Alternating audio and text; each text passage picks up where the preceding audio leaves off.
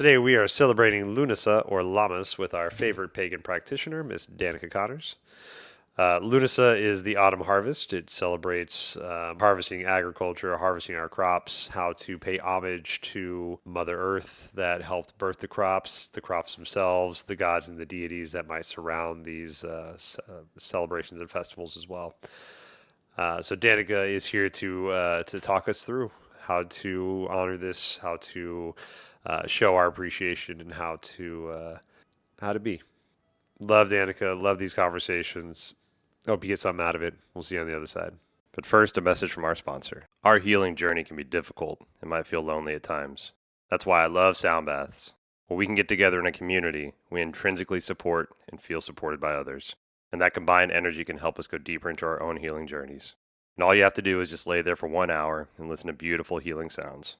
I'm a sound healing practitioner, and I hold sound baths on a regular basis in the greater Seattle area. You can find my next sound baths on my website at adamrealhealing.com. That's Adam, A-D-A-M, Real, R-I-E-H-L, Healing, Healing.com. AdamRealHealing.com. Your healing is worth your time. Anamkara is a gorgeous meditation and healing center, offering daily in-person and virtual services to help bring you back to the center of who you truly are. They serve through a collective of practitioners, healers, and teachers, offering daily meditation classes, one-on-one healing sessions, workshops, personal ceremonies, and private events, plus corporate and team training, all with mindfulness at the core. The center itself is located in the heart of downtown Spokane. Every part of it was built, designed, and curated for you to drop into your calm place. They have a large community space for daily meditation classes and workshops, as well as 2 one-on-one healing rooms, a community kitchen to gather for tea, plus a well-stocked apothecary for you to gather all of your self-care and ritual needs. Hannah Talbot, the owner and founder of Anamkara, dreamed of opening this space for years. It is her ultimate manifestation, and she cannot wait to share it with those in the Spokane community, but also through the virtual ethers, wherever you may be. Pop in for a class today. You can follow them on Instagram to book and stay up to date. Check out the website, the full schedule, meet the practitioners, and view all the offerings. Visit them at anamkarahealing.center. Anamkara, may you be nourished and ignited. And now an uninterrupted podcast with Danica Connors. All right, welcome back to the show. Today I'm sitting across from my favorite guest, repeat guest, favorite human in the world, Miss Danica Connors. Danica is been just gifting us with her knowledge of the 8 Sabbats and the Wheel of Life. We recently just wrapped up our summer solstice episode, and now we are getting ready for autumn, for fall with Lughnasadh or Lamas. And I'm learning with everybody as we're doing this. Like, I do my research beforehand, but this is something that's newer to me to step towards. It's something that I've been aware of. It's been like adjunct around, but never something that I really dove into except for like the equinoxes and solstices. So if this seems overwhelming, it's okay, right? We just take this as steps, right? And the lovely and amazing Danica is the best at just breaking this down and giving us some stuff to ways to honor it, ways to practice it, who it's honoring, and just ways to celebrate. And so love having you back. Thank you so much for being here. Oh, thank you, Adam. I love it. I love coming back. And we were just talking about how we were, as we were about to record this, the weather outside has taken a brief little moment of feeling that kiss of the change in the air, which is that's what Lamas or Lughnasadh is all about. Yep, definitely. I know. I went to bed last night and been like, I could probably go for a chill day today and maybe a little rain. And I woke up and I'm like, no, I was lying. It's now rainy and kind of cold. And I'm like, no, it's July. We want warmth. I'll ask for this in October. Fucking hell. I know, gosh. Well, we've like I said, we've been going through the 8 Sabbats, and it's been a very cool journey for me to kind of live by the calendar. And if like you could put it in a different kind of metaphor, it would be maybe like eating with the seasons, right? If you want blueberries in winter, then maybe you should get some kind of like a different type of fruit, right? Try to eat with the seasons and see how your body reacts to that. That's always been a cool experiment for me. And this has been another one of those very interesting information dumps that, as I start to embrace it a little bit deeper, find the ways that it works with me. And maybe it works this way now, and as I deepen the knowledge, it'll work different later. And that's one of the things I kind of love about all of this is that it fits you. You don't have to fit it. and that's like yoga, right? Yoga doesn't fit. You don't have to fit your body in that posture. You fit that posture to your body, right? And then you just do the best you can with that, right? And then that just gives us the freedom to be humans. We're human beings, not human doings. Like, get out there and fucking be something. Yeah, the deep connection to this planet is individual for everybody. And if the wheel of the year is something that resonates with you, it's a pretty amazing little structure that allows for a tremendous amount of flexibility in its expression. Yeah. It's that archetypal thing where you have a seed that no matter where it's planted or what it is, it's going to really be the foundation of all the different directions that it can go. So I love that that it can be something that provides unlimited expression for people, Definitely. at least from an earth-based style spirituality standpoint. Yes, and I think we need more of that in the North American continent. There's a lot of folks out here, myself included, that are kind of starved for culture and starved for a history. Myself, I don't really recognize a lot with so I'm Polish and German. I don't really recognize a lot with my Polish and German roots. And it's kind of made me, kind of like flounder for a while, because it's like, I don't recognize with that. I don't recognize it with religion. I feel hypocrisies in there. At the time I was trying to figure out life, spirituality was all woo woo. And it's like, I don't even know what the fuck where to begin with that shit, And so it's just, it can be kind of like it can kind of put you into a tailspin at times, just that the thought of not finding your place. And so that's why I love practices like what pagans and Wiccans and these more earth-based practices, because they seem all welcoming. It's not like you have to follow this. These are the rules you have to follow to play on our team. It's like, no, hey, did you see that bush over there? That's fucking cool, huh? Go tell it hi and build a fire around it and like maybe dance. Do what you feel is right? And it's like, yeah, cool, because like I'm a human and sometimes I feel like dancing, sometimes I don't. But that's not wrong one way or the other. You're leaning into the energy that you have, right? And so like be a part of something that's not going to tell you you're doing it wrong all the time. And I think that's one of the things I love most about spirituality and the information that you bring is that it feels all encompassing. And if you want to try it, great. If you don't, also great. No harm, no foul, right? Yeah, we were talking earlier about how in the development of Wicca in this country, it was actually the West Coast, not the East Coast, but the West Coast that actually brought that mentality to Wicca, meaning, the people who originally started this or started playing with it out here in the West Coast, it was given to them as an assignment, a college assignment to create ritual. And so it was all about taking these concepts that have kind of come over through literature and through letters, and what are we going to do with it? Put it on, try it, see if it works, tinker with it. Great, shift, adapt, here we go, because we're just trying to do something that creates altered experience for people in a way that connects us to the planet.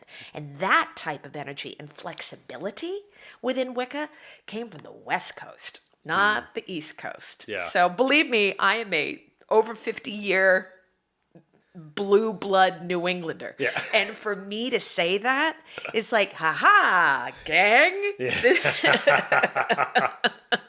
This is what this is all about. But, it's that flexibility. I too am German and Polish, but I am also Russian. But my grandmother is turning over in her grave right now because I said Polish, because we were from a swath in the Carpathian mountain regions that every time they turned around, somebody else marched over it and called it theirs. And at that time, her grandmother, it was Russia. So for us, if I say Polish, she's like, both hands come slamming down on the table. She used to say, no, you're a Russian. You're a Russian. And the funny thing is no matter where that is, because, it's really easy to find a lot of the mythology and this kind of earth-based connection in the Celtic side, right? But my grandmother's maiden last name is Perrin. Oh. And when I did the research on that is a Slavic god. Oh, that's literally, Perrin is the equivalent of Thor. Ooh. Yes, it's their head lightning mane thunder god. And believe me, all the women on that side of the family, the running joke is we all have tempers and we all are out there. And so I think it's amazing that no matter if you are lucky enough to know your genetics or, you know, you do your 23andMe moment or whatever that may be, there is mythology in every single culture. And it is fascinating to find it. It is really, you know, I'm doing a lot of research right now in mythology with Joseph Campbell and the hero's journey, and you know, I like you know, current speakers that talk about that stuff are like Stephen Jenkins and even oh gosh, I'm spacing on his name right now, but there's, you know, current mythology kind of professors and deep thinkers out there, and it is interesting the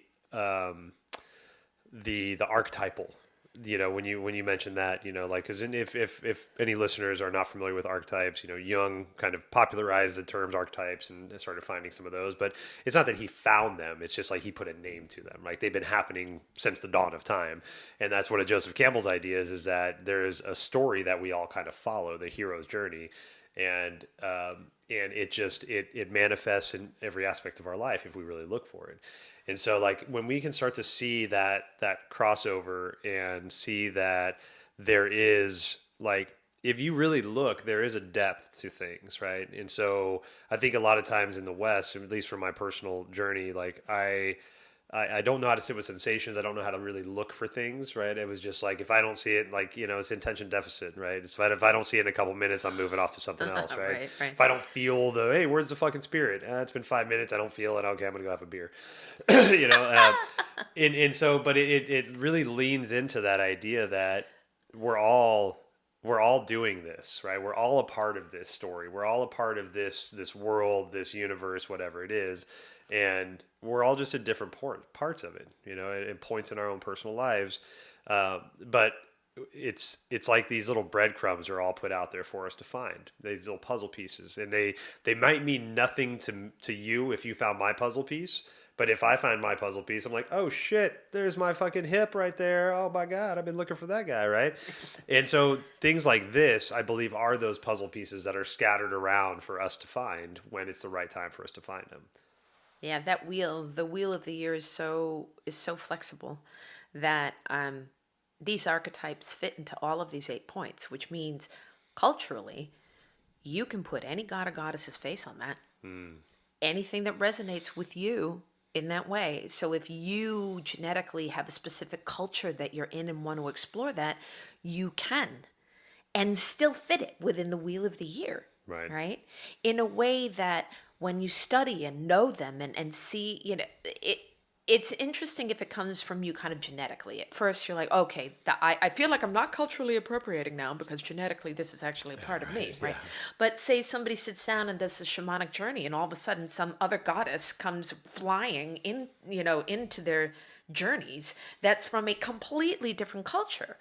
You know, who are we to go, because it's an archetype for everybody. Right. Yeah. You know, of course you have respect on how you do these things, but stepping in any of these things, because in the end, we are all human. Mm-hmm. You know, we are all, and I'm sure somebody's going to, like, get me for this statement that I'm about to make, but here we go. We are all, and I wish there was a different word for this, it's a trigger word, we are all indigenous to this planet. I love that. Yes. Yes, we are. That word is used very specifically in different ways. Right? But for me, if as a cult, as guests of this planet, if we don't realize that we are all indigenous to this planet, we're missing the point. Yeah. You know? So that's why, to me, I feel like this archetypal, borderline indigenous sense of these 8 points, because cultures all over the world celebrate every single one of these points in different ways. Right. Yeah. And I think, you know, that is a very much, I'm sure that phrase will trigger a lot of people. Mm-hmm.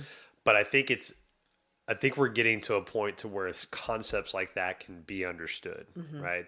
Where understandably appropriation has been a very Yep. strong thing. Caucasian people pretty Yep. much appropriate whatever they wanted. That's not to say that it's drastically changed now, but there's a different understanding now, and there's different ways of sharing information. There's different ways of understanding information.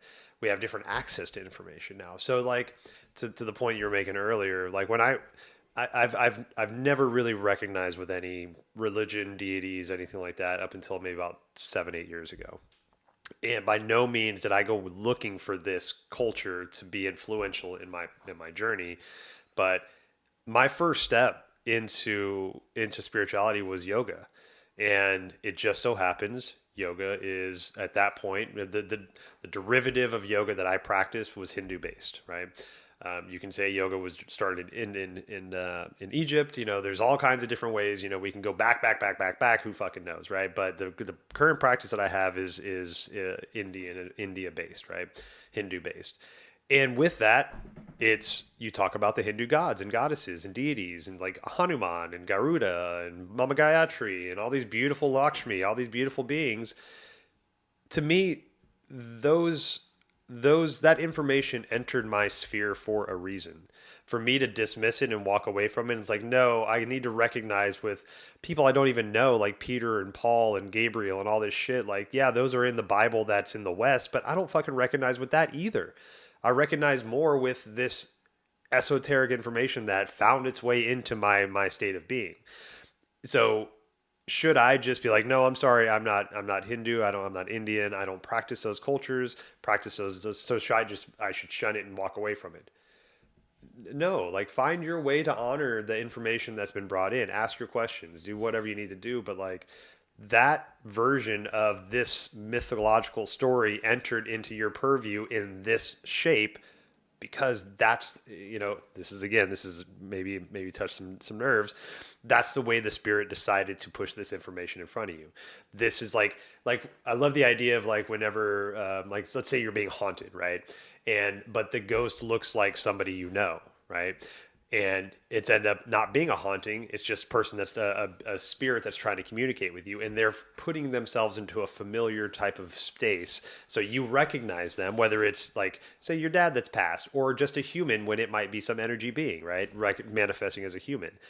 So in that same idea, why should I turn away the Hindu information that's come to me? Because clearly it presented itself in that package because it knew that I would be familiar with that. And I would be like, oh, that's right. I've had this before. I'm remembering part of my past incarnations that I was deep entrenched in this culture. And now finding a way to make it work with this Caucasian body that I have. Right, but should I turn it away and never like put any thought towards it? Fuck no, man. I think we're negating a lot of our own personal journeys by being overly sensitive to appropriations. Well, it's hard because it's not just that black and white. Right. It's not. Right. It's not.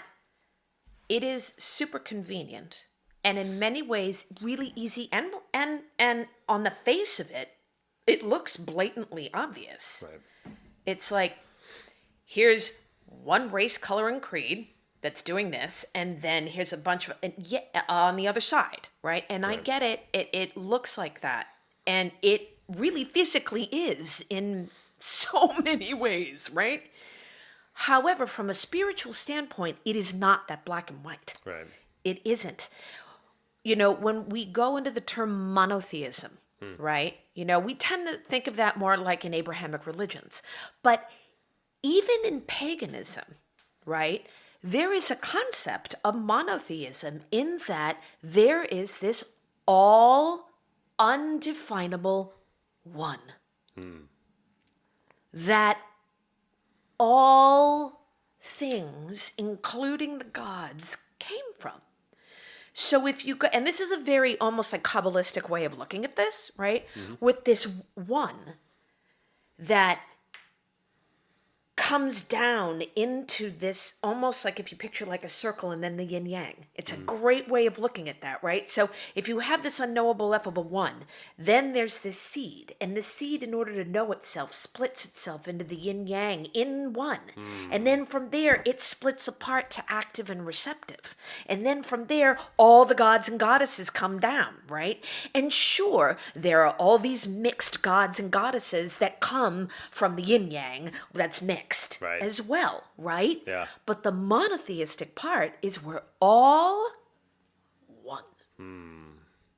All right? Yes. And that's why I think with the Wheel of the Year, that oneness is being allowed to express itself in all the ways that it wants to, all the time.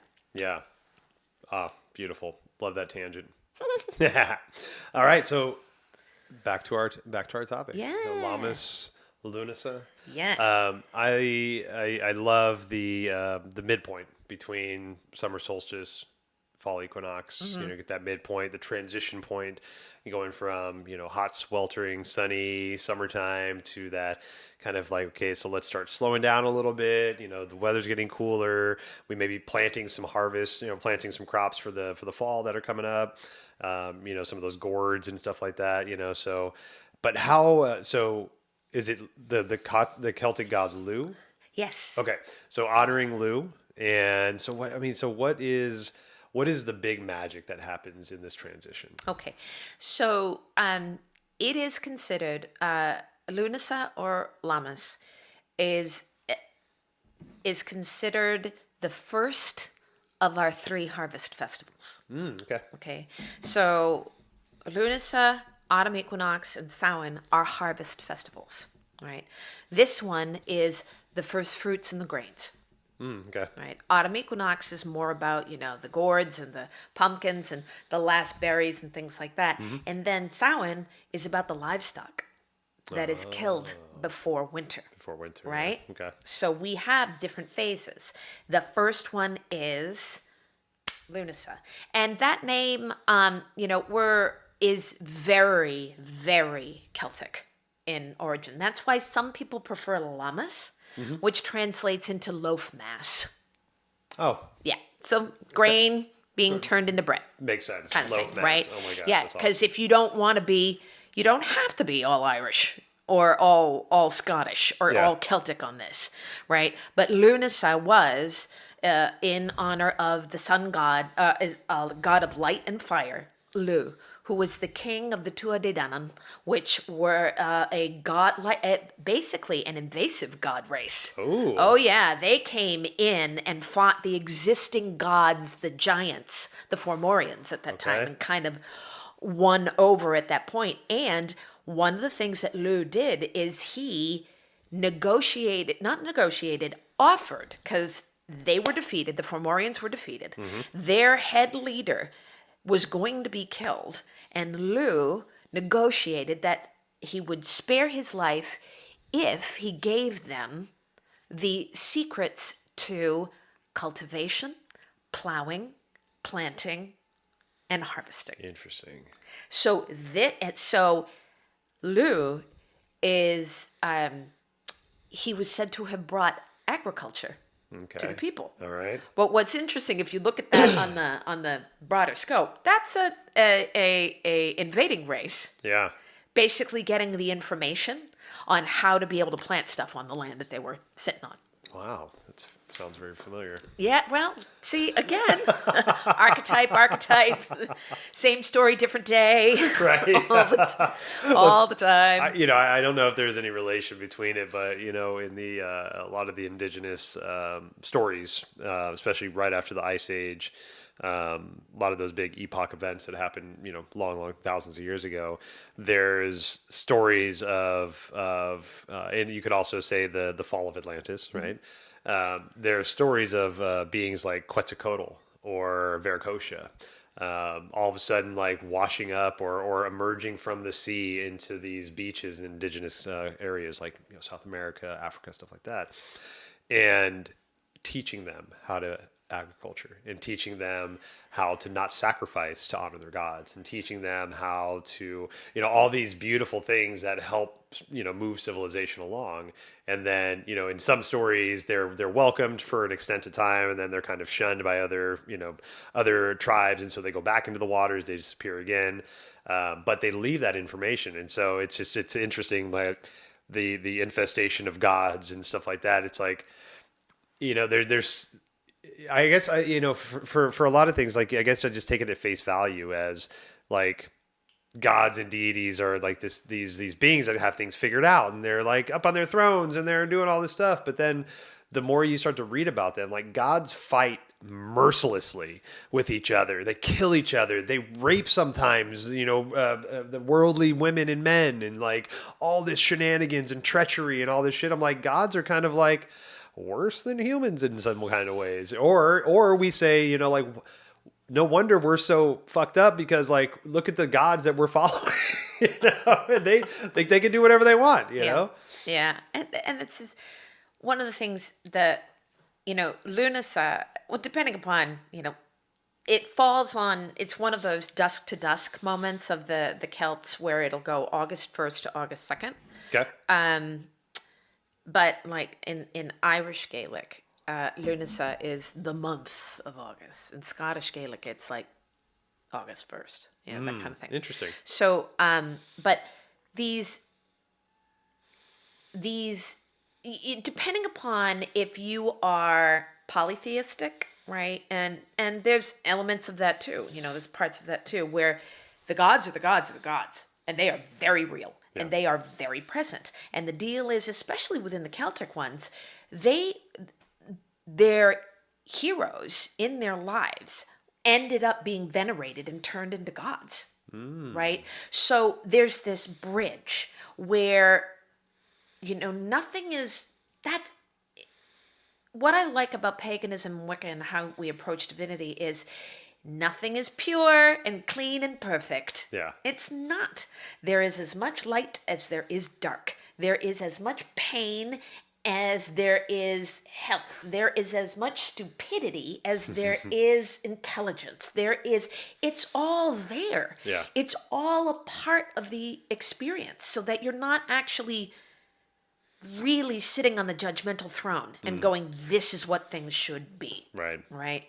So, Lugh wasn't perfect. He wasn't. And he was also a part of the, we see this archetype and pattern, one of the sacrificial kings. Right. Like, regicide was a big deal in many cultures at this time. Yeah. Because the king was representative of the god, and it was his life that he gives for the people and the goddess, the earth, in order to provide protection and abundance. Right? So we see at this time sacrifice and its concept, literal and figurative, are completely embodied in this celebration. Wow. In different ways, right? What kind of sacrifice? Like, so one of the things with the first harvest is we're celebrating still. It's summer. Yeah. It's still summer. We're this, we're that. And we're seeing the fruition, the first fruits of our harvest. So we celebrate that, right? But in the height of the celebration is the dark that comes there. So think of fruition, right? Something comes to fruition like an apple. The fruit has come to its peak, right? But it's only at its peak when it falls off the branch to its death. right. Right? Yeah. So in this time, the sacrifice is that fruit falling off the tree in order to spread its seed, right? But within the culture of humanity, provide sustenance. Right. Right? So in harvest is inherent sacrifice. Yeah. Right? Wow. So something has to die in order to feed something else. God, can't we take that lesson as humans? I know. I Well, mean, not to say that my body's going to feed another human, but like it does though, it right? does. Because it composts down, it Yep. becomes part of the earth. My part of me becomes the apple, the aforementioned apple that you're about to eat, right? Exactly. So like it's just so interesting how afraid we are as humans of death and of leaving this space and not fulfilling, that cyclical journey that we're here for. Yep. The more we, and I think maybe that's one of the psychological issues that we have is because we just haven't accepted that we're going to fall off the branch one of these days. Yeah. And that fall might suck, but that fall is going to help somebody else survive. And that person won't survive unless you fall. Yeah, and depending upon whether you believe in reincarnation, I'm a wheel of the year gal, Yeah. which means this wheel doesn't end. It just keeps turning. Going. I'm listening. So like I said, I'm researching Joseph Campbell. I'm doing a lot of like research on like old religions and stuff for just future podcasts that I'm doing with people. And there's a one I listened to the other day, and it was about the Rosicrucians. Oh, yeah. And that's a sect that I'm not, or a division of religion I'm not very familiar with. I've heard of. And what was interesting to me was that so Rosicrucians is like the precursor to Christianity and Catholicism. It's like it came from that. And the Rosicrucians believed in reincarnation heavily. They believed that in their black cross that there were 7 symbols that go from top to bottom representing the chakras, right? Representing energy centers in our bodies, right? And so it's just so funny, and not funny, I shouldn't say that, but I mean, it's interesting how far humans have twisted this idea from its origin source to now demonize what a lot of the origin of these religions heavily believed in. And I mean, it's hard not to, I hate the word conspiracy theories. Definitely believe in some of them, but it's just such a buzzword now. But it's hard not to believe in the conspiracy of divinity through another person being forced upon us, right? I have to go to a priest to talk to God. I can't just have an orgasm and feel the spirit running through me and be like, hey, what's up, God? Holy hell, right? I can't know that I'm being reincarnated. Do you know how much anxiety would leave this world if more people understood that reincarnation might be a true thing? Like, to the point of like, look at, let's say monks that would say, take a vow of silence. They would take a vow of silence knowing that in the next life, their words would be so powerful because they're making this sacrifice in this life. Take a vow of celibacy in this life, knowing that next life, your sexual energy is going to be so fucking insanely powerful because you've made this sacrifice in this life. If we know that we're going to keep getting these chances, we might take more chances.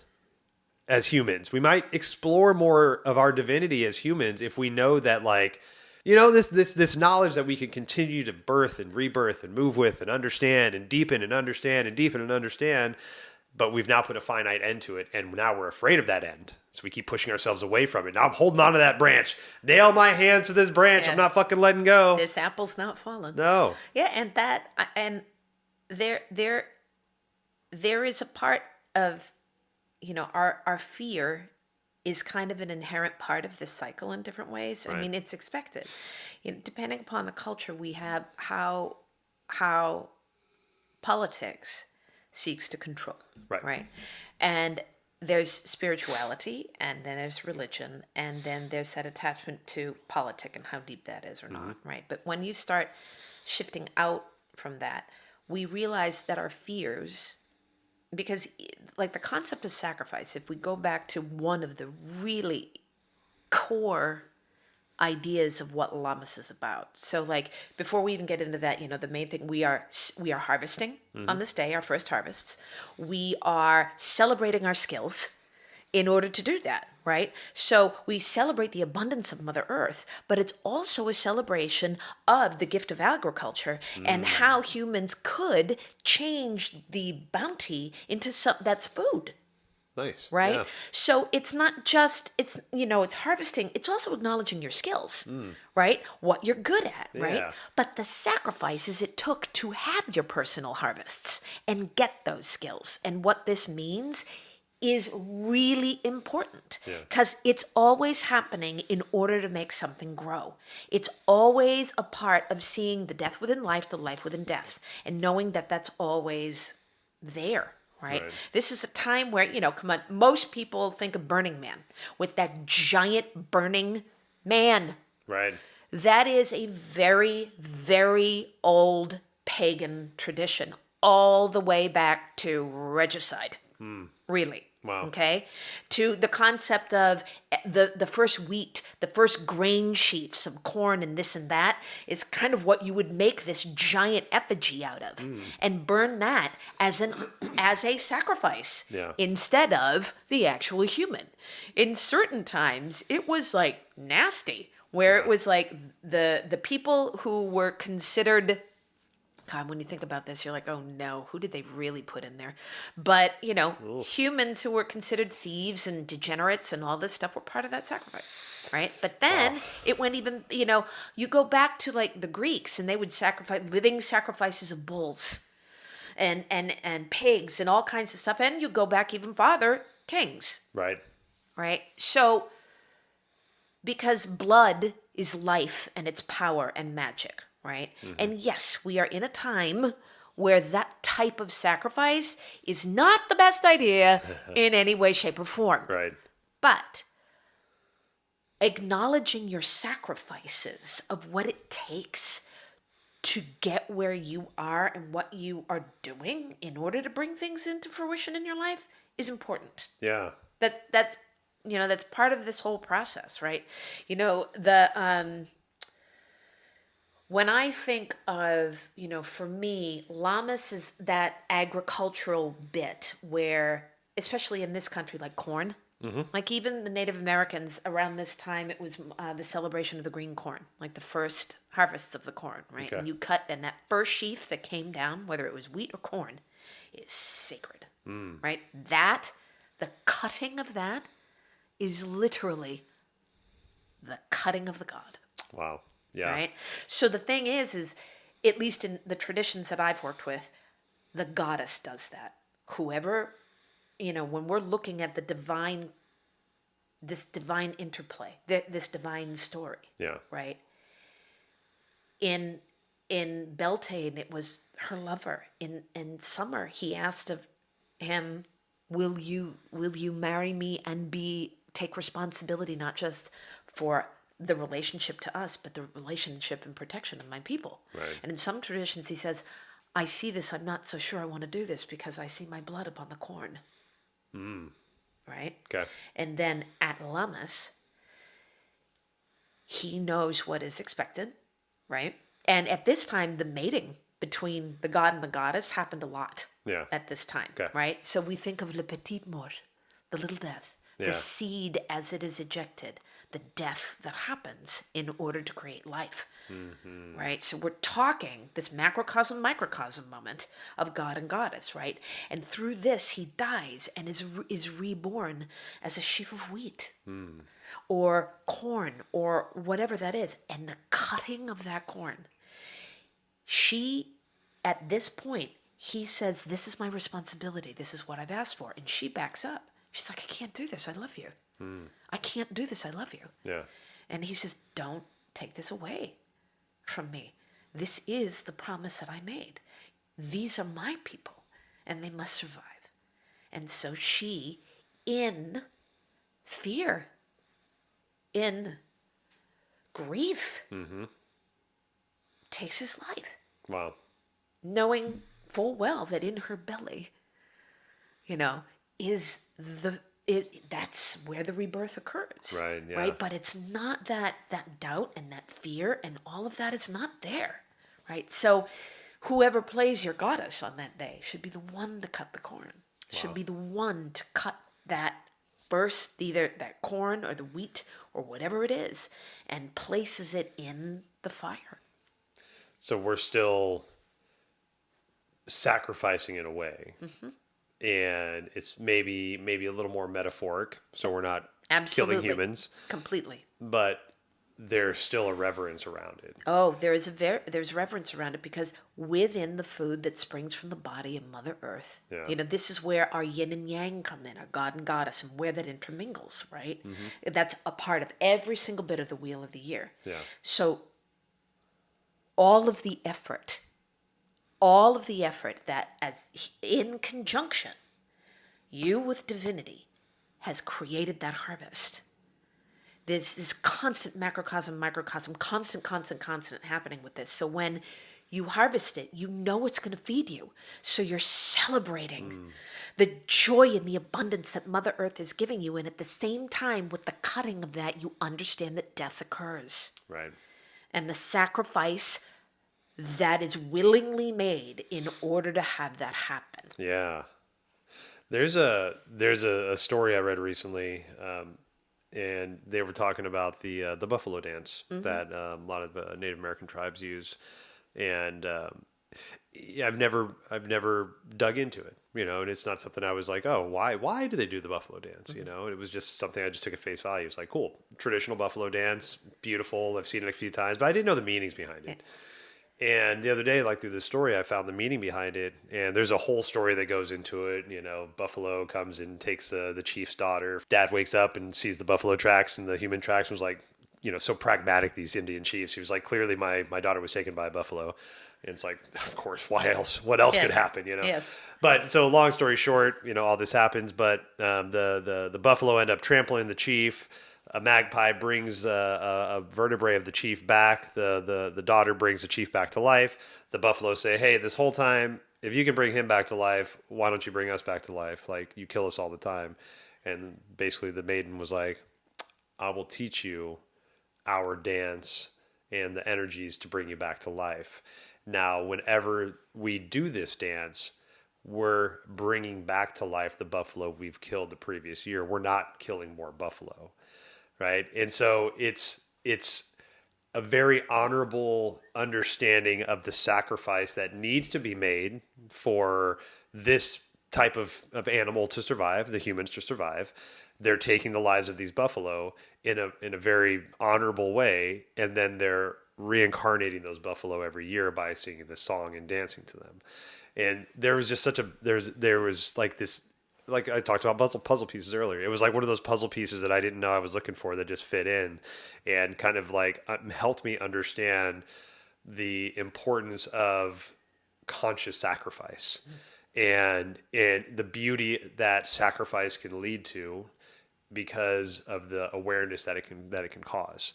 And without that awareness, without knowingly, so now I'm going to I'm taking this life with my hands. I'm going to say this prayer over it, whether it's a wheat stalk or it's a buffalo, right? I'm going to take this. I'm going to say, hey, thank you so much for feeding my family. Whatever the prayer is, I take that, I make that sacrifice, but you feel it in a deeper way. And it's like an appreciation. And it's no wonder no part of the buffalo went unused.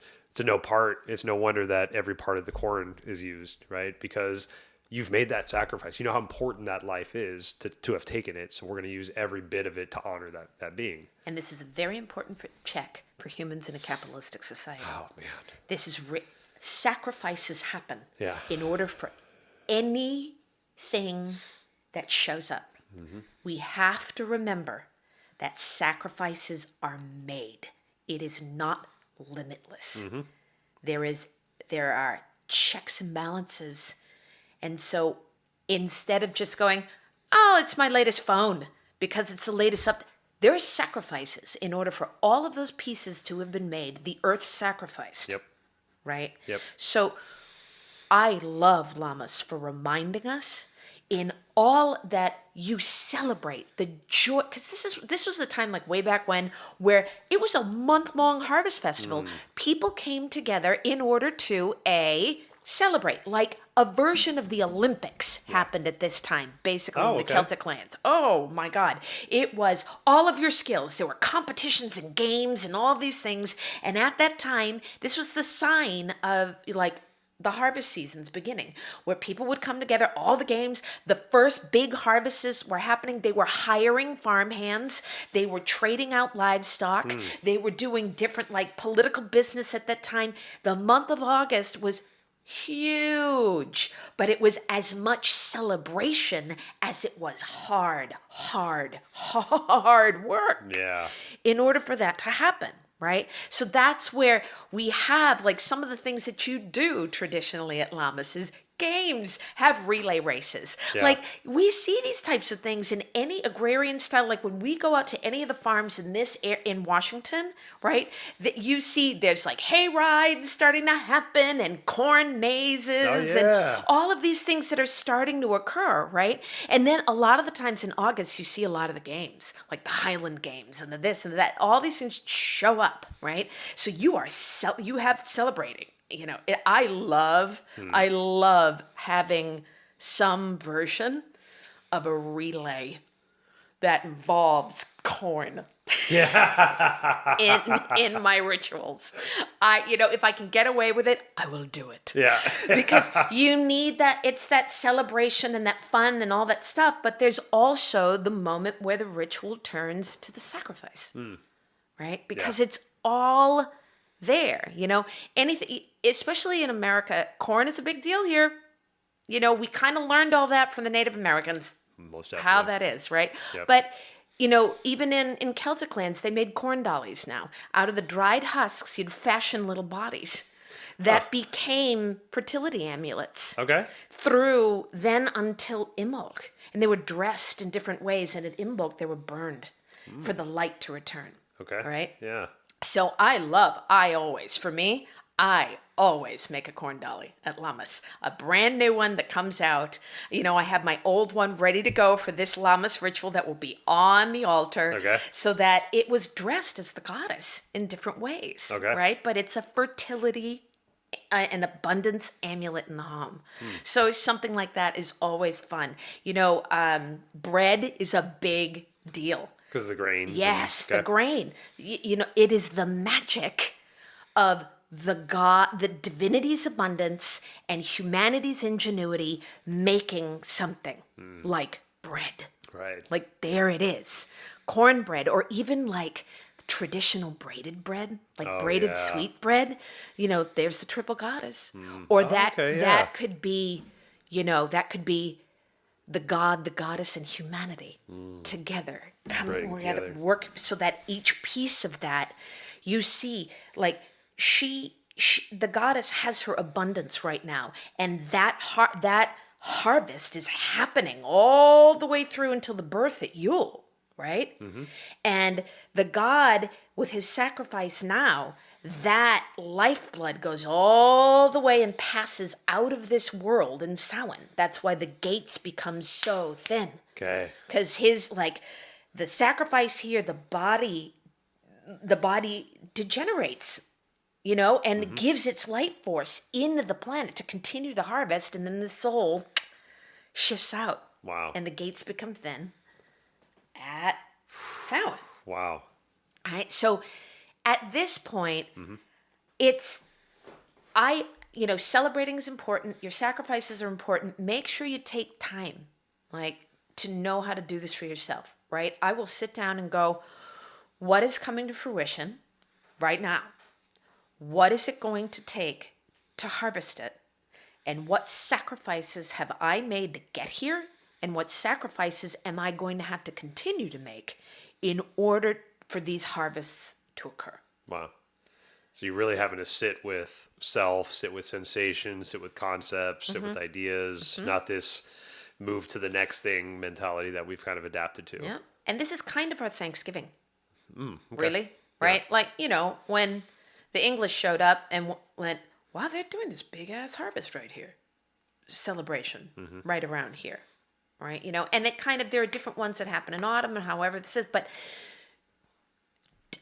if you have a garden, harvest on that day. Harvest something, anything, harvest it. Yeah. And the first thing that you harvest on that day is not for you. That's for the gods. Okay. Right? Yeah. So either you put that on your altar or you do whatever ritual you want to do to honor it. Give it a place of honor. And for me, find your farmers markets. Yeah. On that day. invite a whole bunch of friends over and just everybody do a giant potluck and everybody only go to your farmer's market and make stuff straight out of, what has just come out of the ground on that day. Yeah. Right? We want that celebration of your local abundance. And it's a really great idea to support your farmers because they are the ones whose blood, sweat, and tears and all the sacrifice that they do allows you to eat. Yes, 100%. So there's your give back to the sacrifice, right? Of the active part, the God part is your farmer. Yeah, I love that. It's like give back to them on that day. Yeah. Yay, in every way. Uh-huh. Right? So anything that's done from grain is also like a really great sacrifice. Like believe me, a lot of cultures are like whiskey. Ah, there you go. Like yeah, totally. any of the grain alcohols, right, are like, all right, here we go. We're doing it. Right? Uh-huh.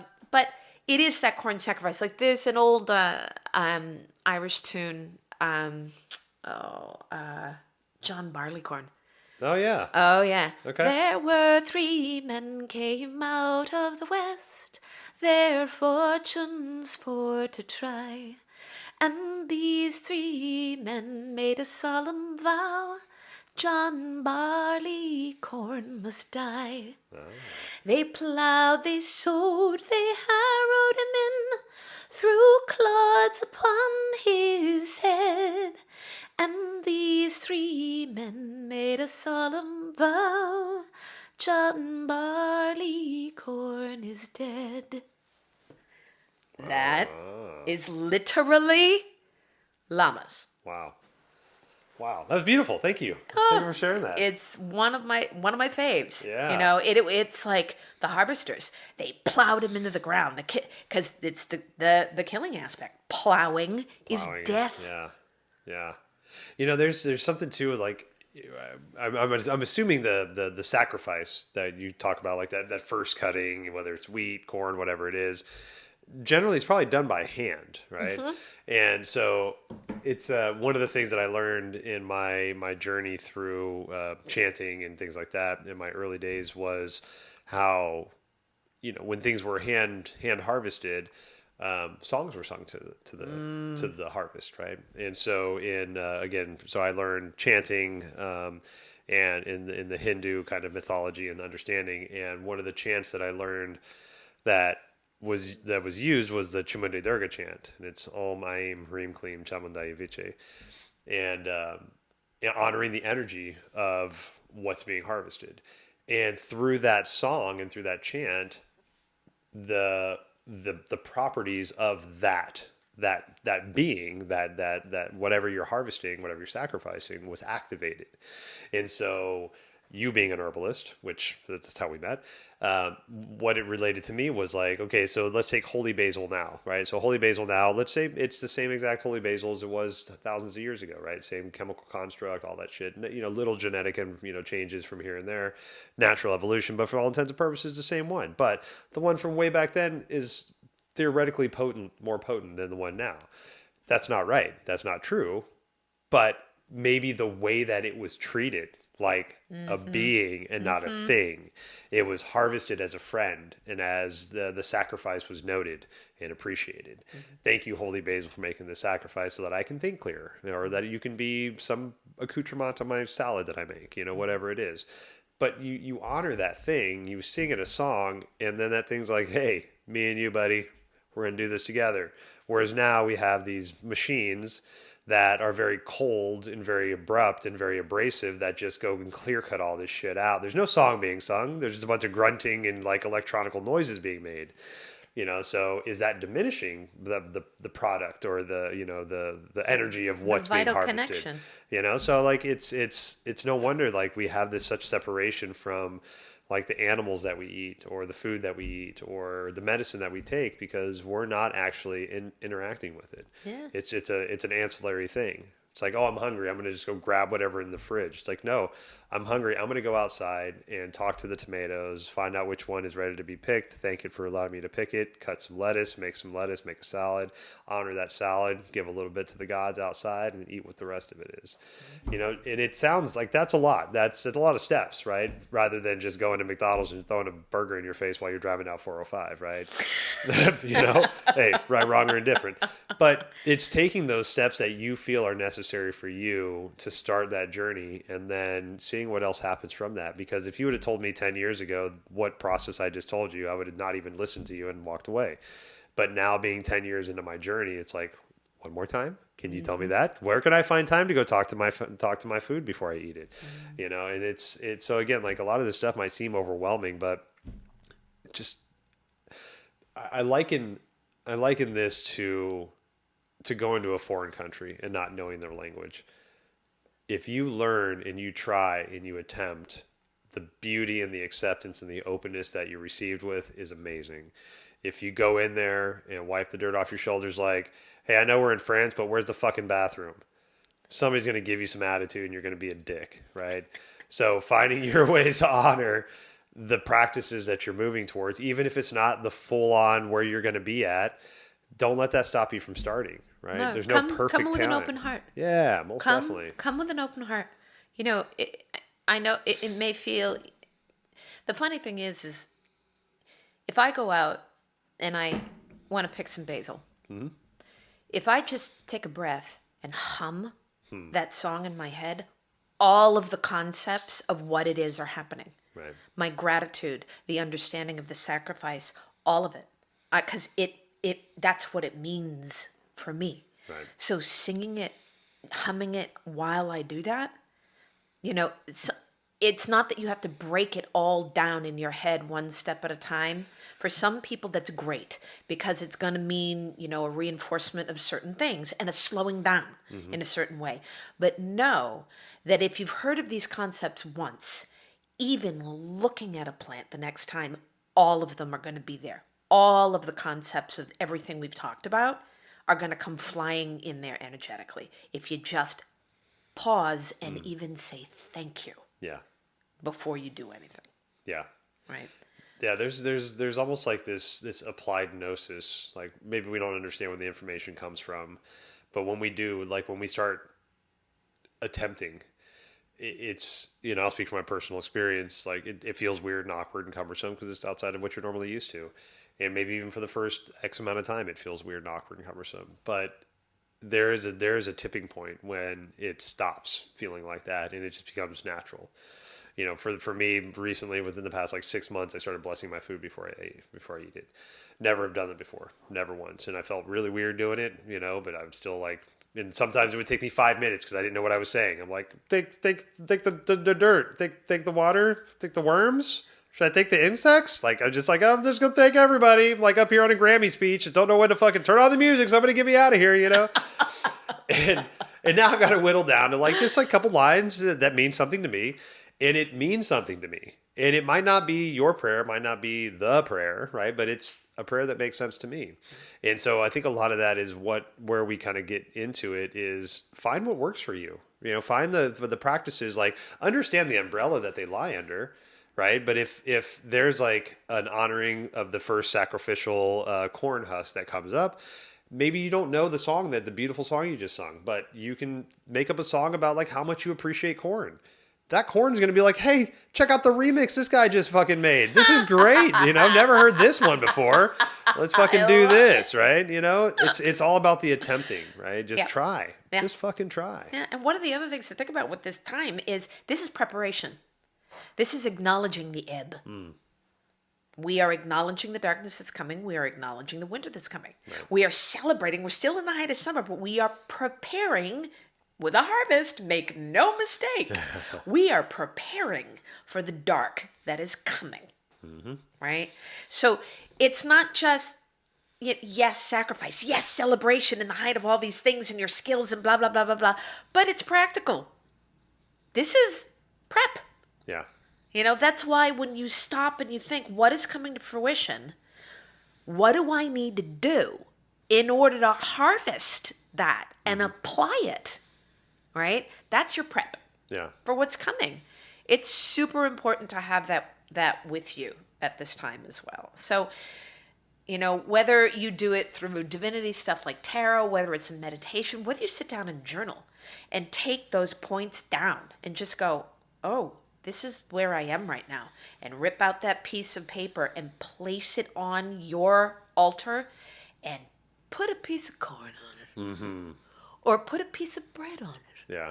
Or put it, if you really want to go there, the powerful symbol for me, oh, it's so powerful. Every time I see it, half the time I choke up. I'm like, especially when it's done in ritual, because you see that it's like, oh my God, when whoever plays the god, picks up the piece that she's harvested, takes it to the cutting block, gets down on their knees, places it down. She takes a giant axe, whacks it in half, and he pours wine all over it, the blood. And you just look at it and you're like, oh my God. Like when you hear that axe go, thunk, it's like silence just hits. Yeah. And you go, okay. I know where we are now. Okay. Right. So even if you go out on that day, buy some local corn. Mm-hmm. Make popcorn. Yeah. Like popcorn or whatever it is. But take one piece.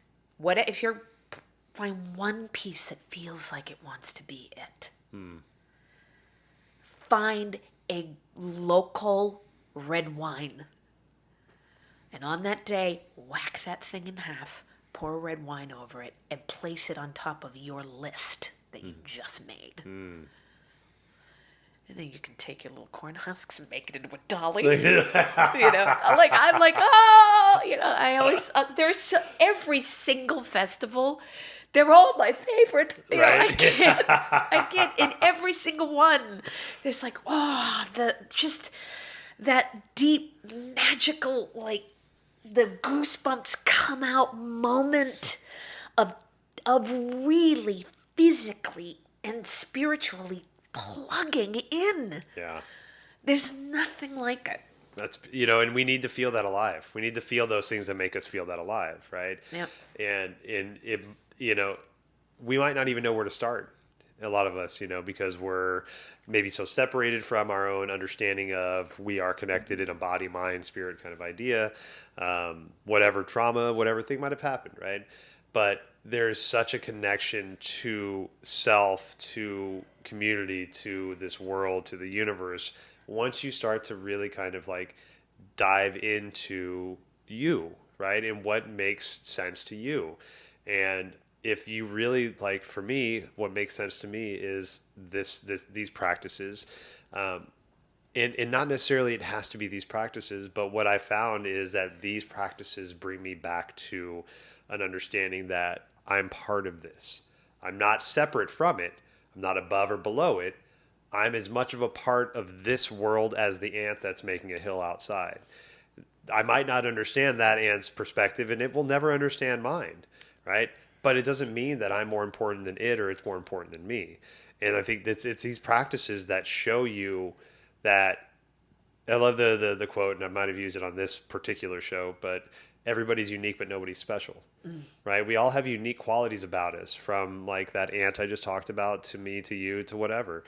But that doesn't mean that because I can walk upright and build things with my hands that I'm better than that ant that walks on all 8 of its legs and builds things with its little pinchers in its mouth, right? We all have that place, and I think when we can understand that, then we see where the place is, and we stop trying to take other people's places. Yeah, that's why honoring your skills on this day, huge. I don't care whatever skill you have that you love doing, do it on that day. Yeah, it's like the Ikigai concept, right? It's where you do something for the sheer enjoyment of doing it. Yeah. Not that you're trying to accomplish anything. You're not trying to show off, but just I like to sand wood, so I'm going to go over there and just sand that piece of plywood for 2 hours just to sand it. And that just makes me happy. Yeah. You know? And it is, and like on this day, it's not about a brand new skill. It's something that is in your arsenal that you do well. And I guarantee you probably just take for granted at this point. Yes. Right? On that day, take it out of the take for granted moment and put it into this is really fucking sacred moment. Yeah. This is acknowledging this is how I step into my role as that in between the gods and here. Through my skills come how divine expression comes into this world, how it is harvested. Yeah. So it's like, yes, this is my skill set. And then take the time and go, how many sacrifices did it take to get here? Ah, yeah, huh? Wow. How many doors did I sacrifice and not go through in order to do this? Yeah. All right. So there's always like that check. There's always that humility place. Like, so you're never really truly sitting in it. It's not all light. It's not all dark. They're all in between each other and they're all moving between all this time. Yeah. You know, but I love as you can probably tell, I just love the concept of that braided moment of divinity and then humanity actually being in there, because as a human, I have to say, when agriculture, we're like, yay, and then there's a part of you that's like, God, we have fucked up this planet with our agriculture. Yes, we have. Yeah. Really badly in many, many, many ways. So I'm kind of like, right, how am I okay with acknowledging humans' ability to take what this beautiful planet has provided and make it into something? Like, there's such a difficult, for any of us who are aware in different ways or choose to be aware, it is very difficult to even say that that's okay anymore. But on Lamas, it's like the skills you are given are sacred. Yeah. How you use them, that's what you're responsible for. Yeah. Your skills aren't the fuck up, right? That magic needs to be acknowledged, because as humans, what I love about Lamas is we are trying to recognize that this is how we work in tandem with. Right. In tandem with, by learning and stepping into those rhythms. How can we do this? Yeah. Yeah, so I'm not controlling nature. I'm working with nature so that nature can provide, and I can also provide for nature, because me tilling the ground helps nature grow and recycle the nutrients, you know? Yes. You know, they're just, I love the partnership idea, and I know we have like billions and billions of people, and we've kind of laid our own bed, but, you know, part of, you know, I'll go back to the reincarnation moment we talked about earlier. You know, I can sit here and be upset and lament and blah, blah, blah, fucking the humans in the world and all this shit. But to be frank, it's all perfect the way it is, because with all these lives that we have to reincarnate and incarnate to and to figure out, like, this is part of that process. You know, it's like religion gets a bad rap because religion is what religion is now, but what religion might be in 3,000 years might be something very beautiful, and once humans understand how to interpret religion. So, you know, where we're at now and where we're going to be is going to be, you know, two vastly different places. So, you know, it's hard to, and by no means am I saying like, you know, just go fucking burn down a forest tomorrow because we're all going to reincarnate anyways. But, you know, with these things like the buffalo dance, right? The buffalo had to die to feed the humans, just like, you know, a rabbit has to die to feed a wolf, right? And so maybe the wolf has a song that maybe that's what they're howling at the moon for, to bring the rabbits back every year, right? Well, there's the death and the sacrifice of, within the Irish mythological standpoint, is that on that day, Lugh's stepmother, who was Fomorian, who was from the race that the Tuatha De Danann came in and took over, right? His stepmother was Fomorian. Tailtiu. She, right around there, basically cleared out the land for agriculture around County Meath in Ireland, and she died doing it. And as she was she sacrificed to be able to provide something for the people right? Okay. And as she was dying, she said to Lugh, hold celebrations in honor of my death. And from there, the land will continue to thrive if you hold these games and celebrations every year. Right. So there's, again, you have that image of the sacrifice. You know, so this is celebration. And I love that, like, really, the Irish in many ways, like, in certain ways, they celebrate their dead. They, like, there's a lot of whiskey and laughter and music and all of this stuff. Because in the midst of the celebration, they, you know, way back when, before, you know, Christianity and Catholicism and all the forms of it kind of, before then, there was a complete understanding of the life within the death and the death within the life. Yeah. And there is this celebration. You know, she asked for games and celebration in honor of her death. Yeah. So, you know, I really like that. Yeah. Yeah, it kind of goes to that, you know, in New Orleans, you know, where they have celebratory parades for death, you know, instead of funeral processions, you know.